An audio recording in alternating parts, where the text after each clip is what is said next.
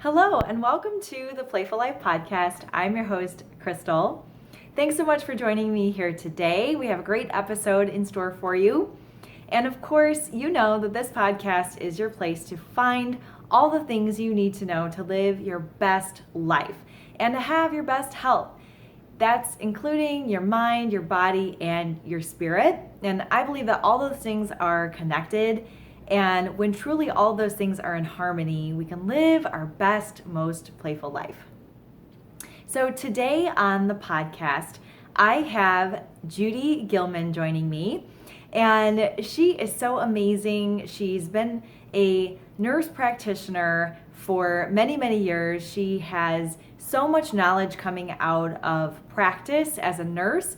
Now she's retired and devoting her life to educating people about diabetes.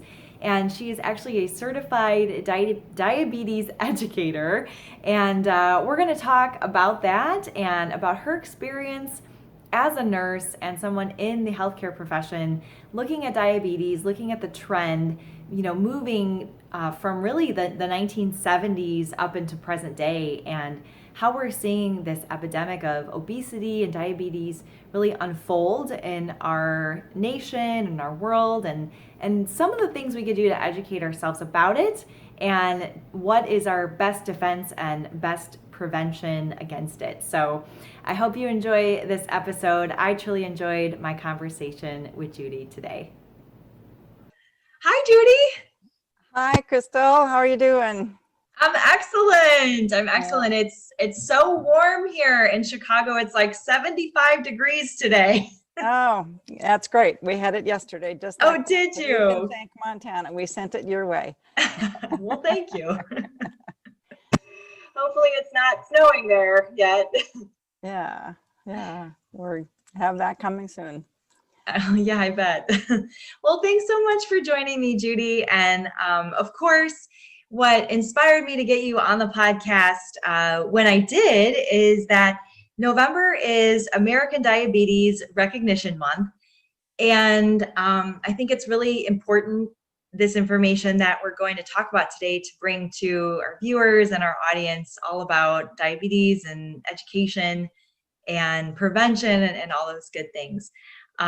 So just to kick things off here, I know we're talking a little bit before, but you are a RN and you've been for a very long time, and a certified diabetes educator.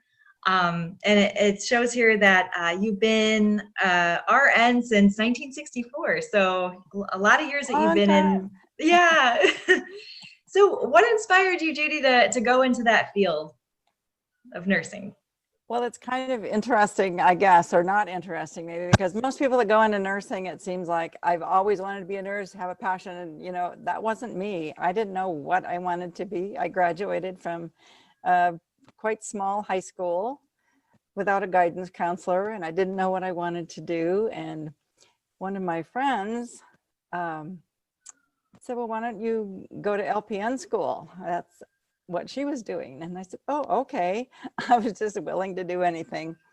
And I had to have a list of recommendations, to get into the school. And one of them was a former pastor, and he wrote me a very nice letter and said, I'm happy to recommend you to do this, but reach your full potential and be an RN. Okay. And so that redirected me into becoming a registered nurse. I've been ever so grateful ever since. Excellent. Wow. Yeah. So, but I can imagine that in order to have the heart and the capacity to be an RN, it takes a certain maybe characteristic. And, would you say maybe growing up that you were, that caring type, even for your friends and family? Yeah, I think that's true. One of the things, I grew up very, in close contact with my grandparents, and they had older friends, and I was always very much at ease with older people, and like to listen, and the same with my friends. So I guess that does enter into it a lot. Yeah. Excellent. How cool. So I see here that obviously you became a certified diabetes educator in 1978. So that path obviously led us together and to this podcast. So that was about, what was it, about 14 years that you were practicing nurse, and then got into diabetes education. So what sparked your interest in that? Well, after I got my RN, I went on to get my nurse practitioner credentials about a year before I got certified as a diabetes educator. And I was working in a smaller community in rural Montana. And I had two very good friends that both had type 1 diabetes. And I watched them struggle, and there weren't many resources in our community. And one of them said to me, "Why don't we start a diabetes education program?" I had always had a passion as a nurse for helping people who had diabetes. People often ask me if I have diabetes, and I don't. I don't even have it in my family history. But it's just something I was drawn to immediately in nursing school, and had a student nurse in my same class that had diabetes. That was another motivator, I guess. And so when people ask me that, I usually just say, I guess it's my calling, because I didn't have a personal reason for it, but I was just drawn to helping people with diabetes. Wow, cool. Yeah. And I don't know, back then, was diabetes as talked about or as prevalent of an illness as it is today?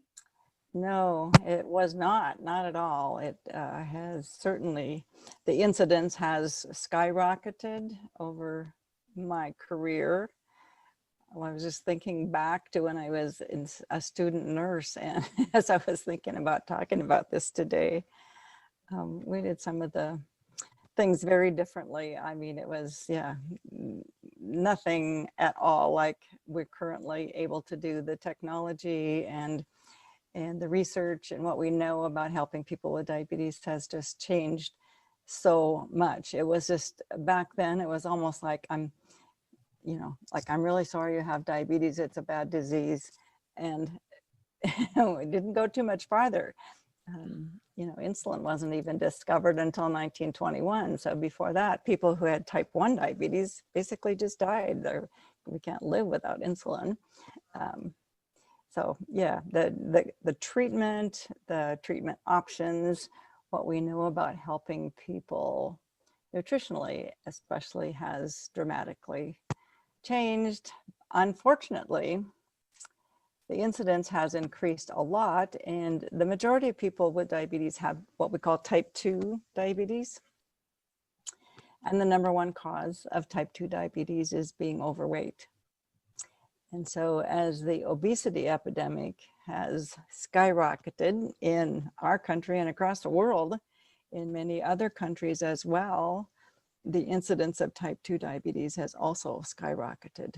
There was a term coined several years ago, diabesity, because obesity and diabetes type 2 are so closely related. So that's one thing that has led to a huge increase in the number of people with diabetes. In the United States, it's like 9.4% of the entire population has diabetes, and that's a lot of folks.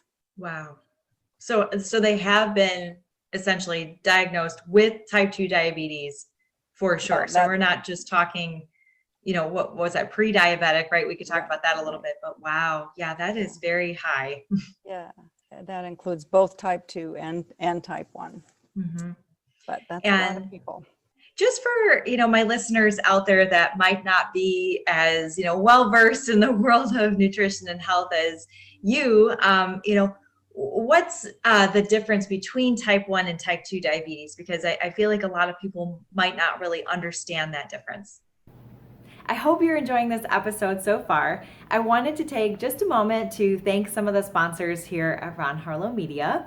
Humane Indiana is the place to go to find your furry best friend, whether it's a cat or a dog or some other type of animal you want to love and welcome into your home. Humane Indiana is the place to go. They are a wonderful organization. And I think especially in this time, it's really important to maybe have a friend or a companion, somebody that's there, especially if we're feeling lonely or having a difficult time with 2020 and all the events that are going on in our lives. Having a pet, having a companion can really do wonders for your emotional and mental health, as well as maybe even get you more active, especially if you buy a dog. You might be going out for walks and doing active things with your pets that maybe you weren't doing before. So check them out, Humane Indiana. They're open daily at 11 a.m.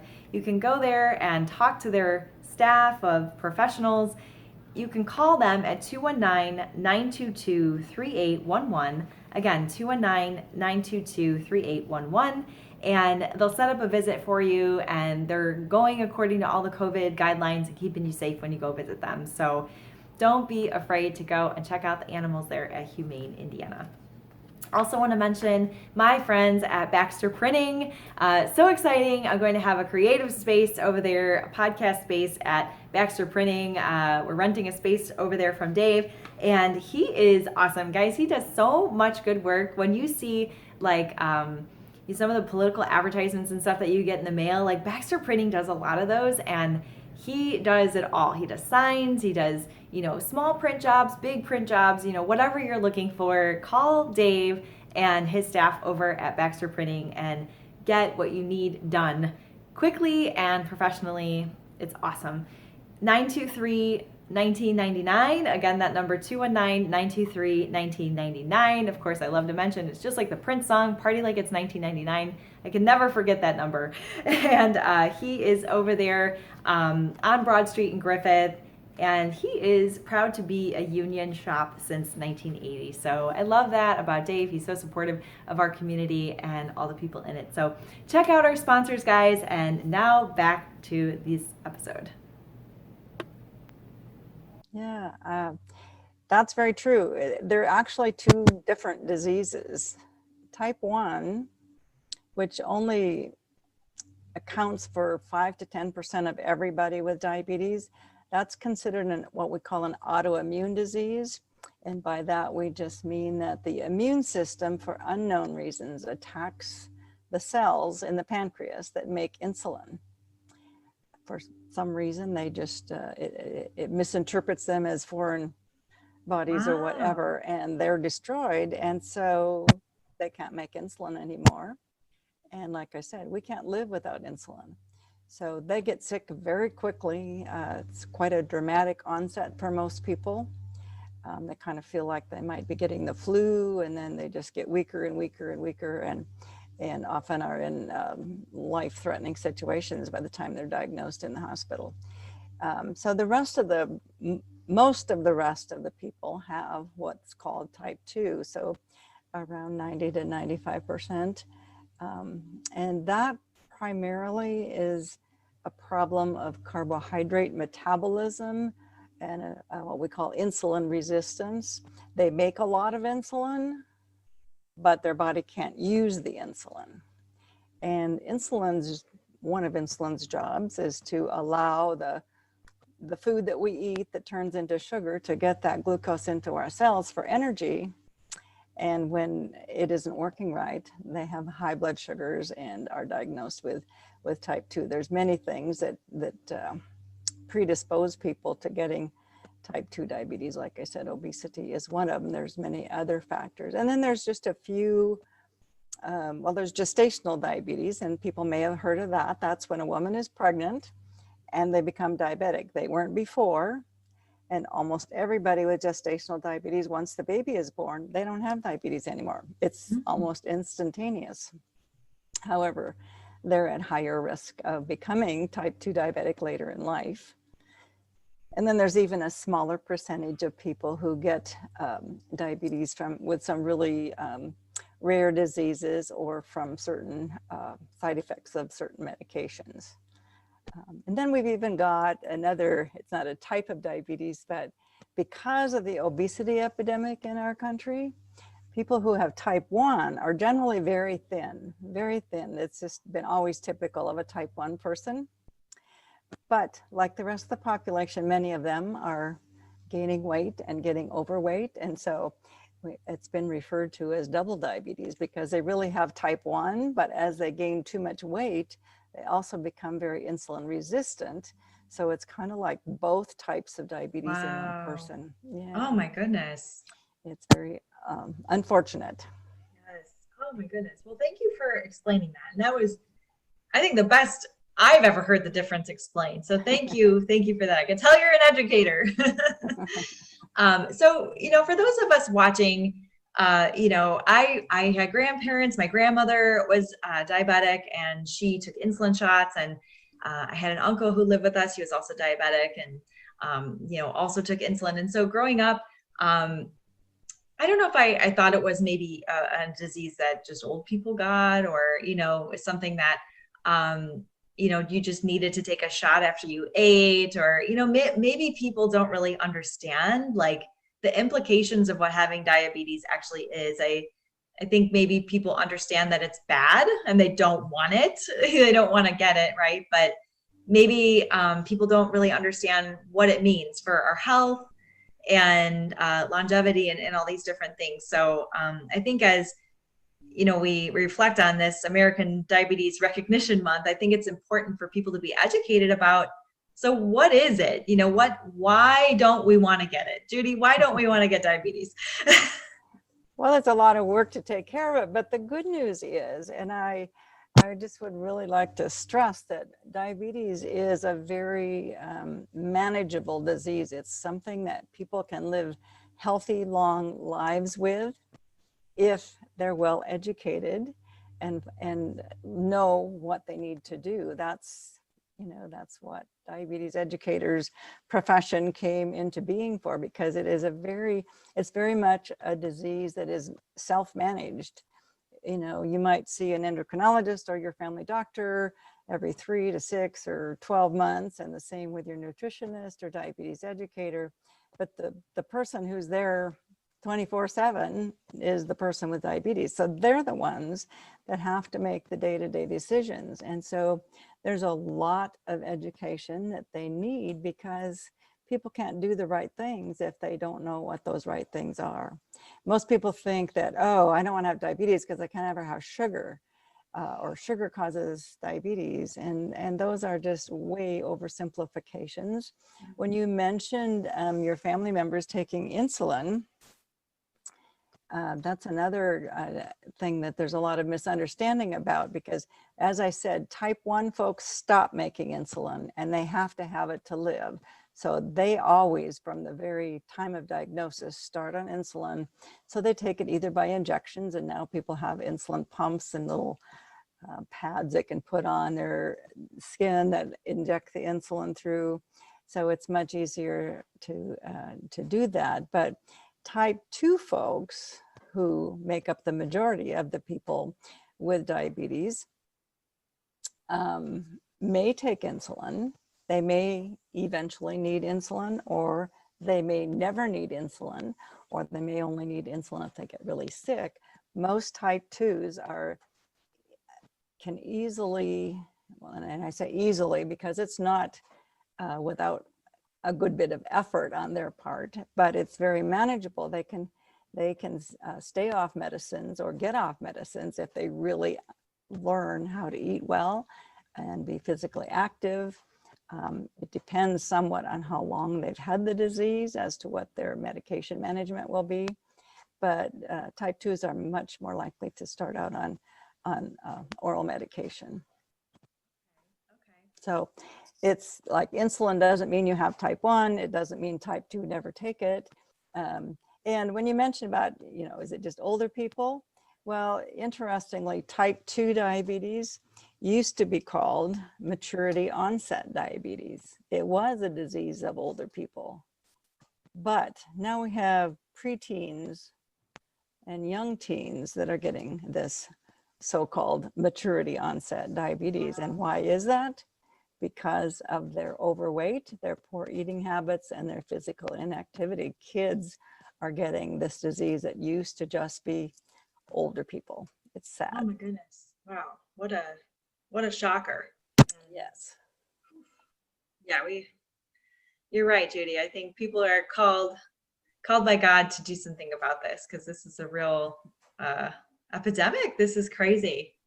That's very, very shocking. It's actually it was the first pandemic, I would say, before COVID hit. Diabetes has become a pandemic. It is the cost to the country in healthcare costs is it's extravagant. It's like I just looked at some statistics, and in 2012, the cost was considered to be $243 billion. And in 2017, which is the last statistics, it went up to $327 billion per year. So people with diabetes have like 2.3 times greater cost in healthcare. Mm-hmm. So it drives the cost of insurance up. It costs, individuals a lot of money. And yeah, it's challenging for sure from a financial perspective as well. Yeah. Oh, that's very interesting and startling as well. Oh my goodness. So you did touch on this, of course, the buzzword of 2020, COVID-19. And, I've done a little bit of research into diabetes and how, especially type 2 diabetes, and how that has sort of a link, or it gives a person maybe a more of a risk factor into developing complications with something such as COVID or other illnesses. So can you maybe speak on that a little bit, just because we're kind of still in the midst of seeing this pandemic? Yes, we are, for sure. And unfortunately, people with diabetes, people with especially uncontrolled diabetes, by that I mean their blood sugars are running higher than they should because they haven't been educated in following a good program.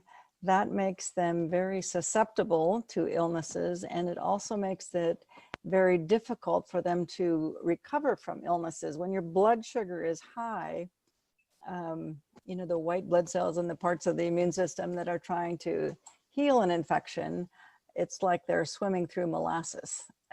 They're not very effective in doing their job. And so, unfortunately, diabetes and obesity are the first and second highest risk factors for people having poor outcomes with COVID once they need, if they're sick enough to require hospitalization, especially. So it's really, really important for people who have diabetes to get in touch with the proper resources that can help them get their blood sugars as close to normal as possible, to do the best they can to prevent getting COVID. We can't guarantee anybody isn't going to get it, right? But that certainly puts them at much lower risk than if they have high blood sugars. And again, if they're in the hospital and getting their blood sugars under control, that's just really, really important. And if people are overweight, that's the number one cause of getting type 2 diabetes. So it's not just a matter of looking nice in a mirror. It really matters for your health. It can save your life. And so it's a great time, although it may be a difficult time with everybody staying home and being restricted, but it's a great time to get on a weight loss program. And people don't have to get skinny to reduce their risks. Decreasing body weight by like 7% or 10 to 15 pounds dramatically reduces the risk of getting type 2 diabetes. Wow, that's awesome to know. Yeah. Yeah, I think people have definitely a misconception about weight loss and what the ideal is. And I talk a lot about that on this podcast, sort of that idea of disqualifying yourself and saying, well, I'm never going to be a size 0, so what's the point, and but it's not really obviously about that. And like you're saying, any headway you can make towards those goals at all is going to be beneficial to your health. Very beneficial. That's, I think, an important point for people to understand. Not everybody's meant to be skinny, and I don't know that anybody's meant to be skinny unless you're a marathon runner, but being healthy is something we should all strive for. Right, exactly. And I love that. You have, you have a son and a daughter. You have 6 grandkids and 5 great grandkids. So, oh my gosh, you must have started having children so young to be a great grandmother. Yeah. Not seem that old to me. It's nuts. So, Judy, what do you like to do? How do you stay playful? You seem like you've been taking care of your health for a long time, and somebody who's very aware of your health. So, how do you use your good health to live life to the fullest? Yeah. Well, I've always tried to, the way I teach people to live, to be healthy, is how I try to live myself. So it's not like you can tell people, well, do what I tell you to do, don't do what I'm doing. So I have always lived that way, and I like to be active. I live in Western Montana. Excuse me, I had to get a drink. Sure. I like your coffee mug. So I like to hike in the mountains. I like to golf. So, and just, we have lots of trails, walking trails, hiking trails around our area. So especially in the summer, that's what I like to do. Winter's always a little bit more challenging, but I still like to get out and walk as much as I can. I'm fortunate that our fitness center is currently open with, the COVID restrictions in place, so we're very careful, but I go to the gym twice a week and do strengthening classes, and then I work my cardio and other exercises in at home. So yeah. That's great. Oh wow, thanks for sharing that. I just love to hear what other people like to do, and it's always inspiring. And somebody out there might really resonate with how you like to stay fit and stay active. So I see here that you also keep yourself busy with My No Nonsense Nutrition, which is where people could find you, obviously online, sort of under that business title. So what's that? Well, how did that come about? And tell us just a little bit about what you do with that aspect of your business and life. Mm-hmm. Well, when I left, so I wanted to have my own education business for quite a while. I was employed by a hospital when I was working as a nurse practitioner and a diabetes educator. And well, first I was working in a clinic, and then I was working at a hospital. But when you're in a setting like that, there are certain, it's kind of like you have to stay in the box. You have to follow the guidelines, and not that they're bad guidelines, but I just knew that there were things that we were advising people that didn't set well with me. I knew they weren't quite right.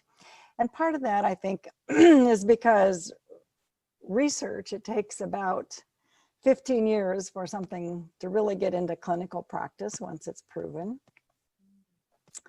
It's just the way it is, unfortunately. So I always felt like I was kind of out there ahead of the curve. I know this is coming. I know this is what we're supposed to be doing, but it wasn't in the hospital guidelines yet. So I wanted to start my own business. And when the opportunity arose that I could leave clinical practice and begin my own business, that's what I did. And of course, all those years helping people with diabetes, nutrition is absolutely the key essential for preventing chronic diseases and for oftentimes reversing chronic diseases. And so I have done several different things under that business. But what I'm really focusing on the last several years, because prevention, let's prevent these diseases. If type 2 is preventable, let's get the word out and prevent it. And the best way to prevent it is with good understanding of what you put in your mouth. Yeah, absolutely. Yeah. So simple, right? And yet so difficult. So easy and yet so hard. Exactly.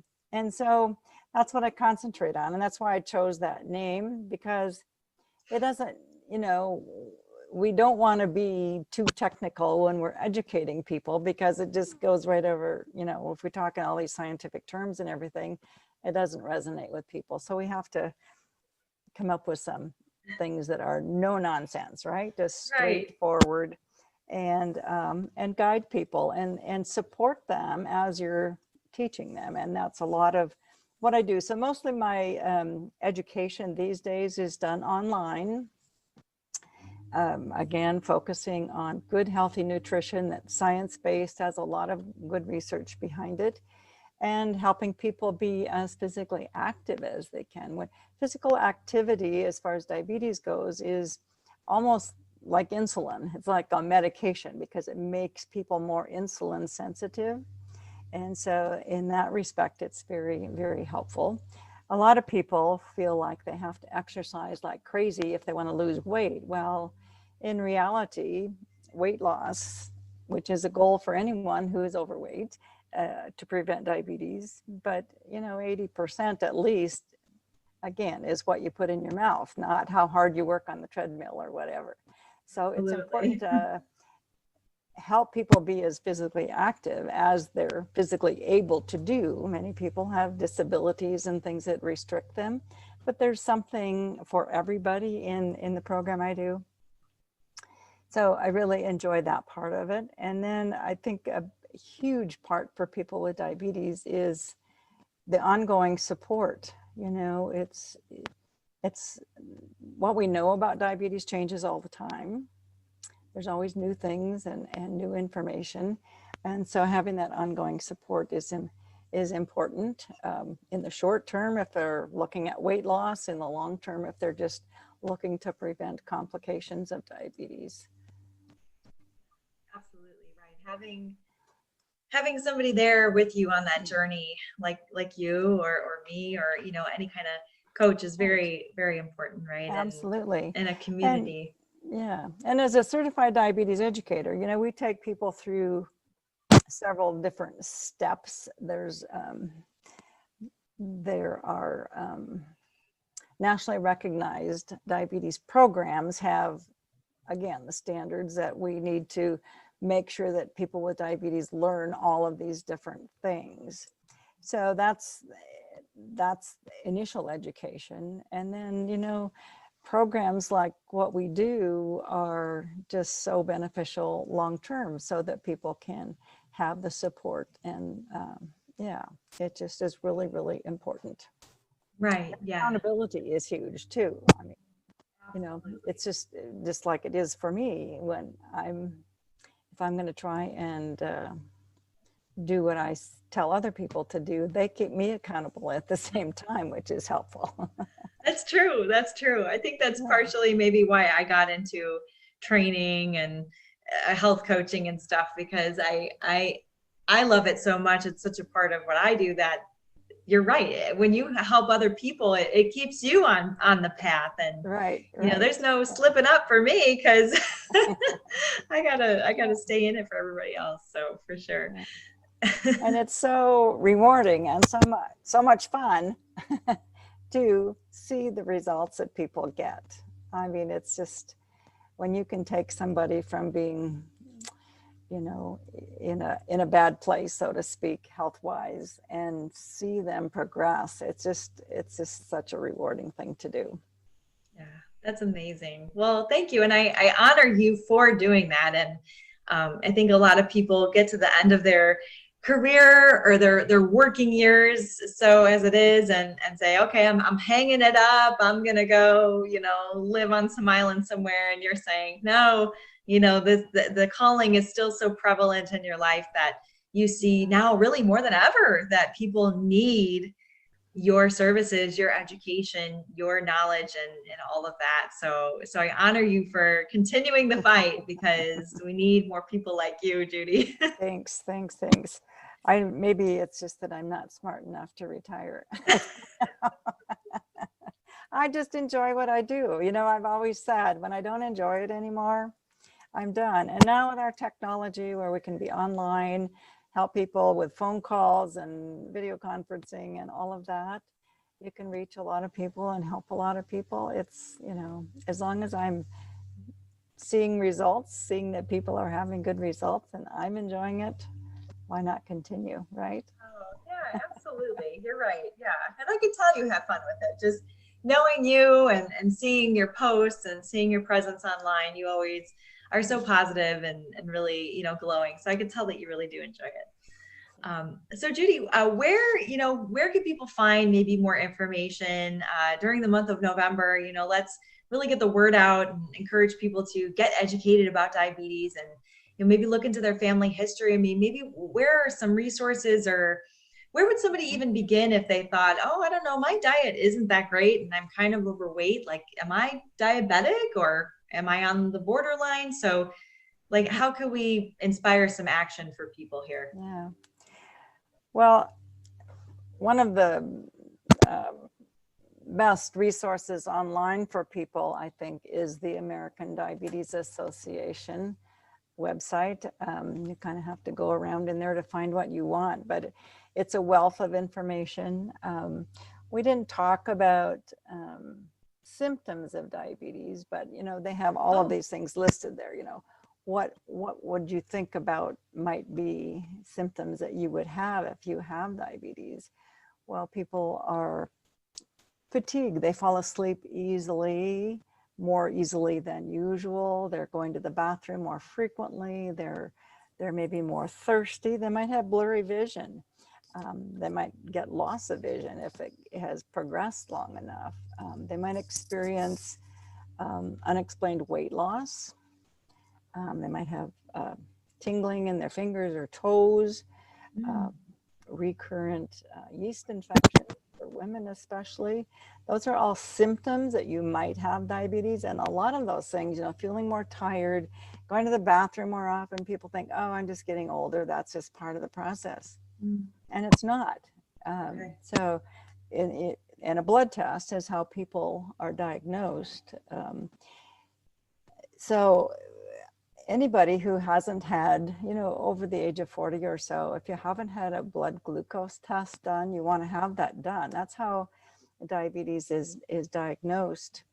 And you mentioned prediabetes earlier as well. So what is that? Well, it's really as serious as diabetes. It just means that the numbers haven't quite tipped into the diagnostic category for diabetes, but I would not be surprised in not too long of a time if they don't start considering that almost the same thing, because the risk factors are so great. And the complications of, you hear about complications that can happen when you have diabetes, and they're dreadful.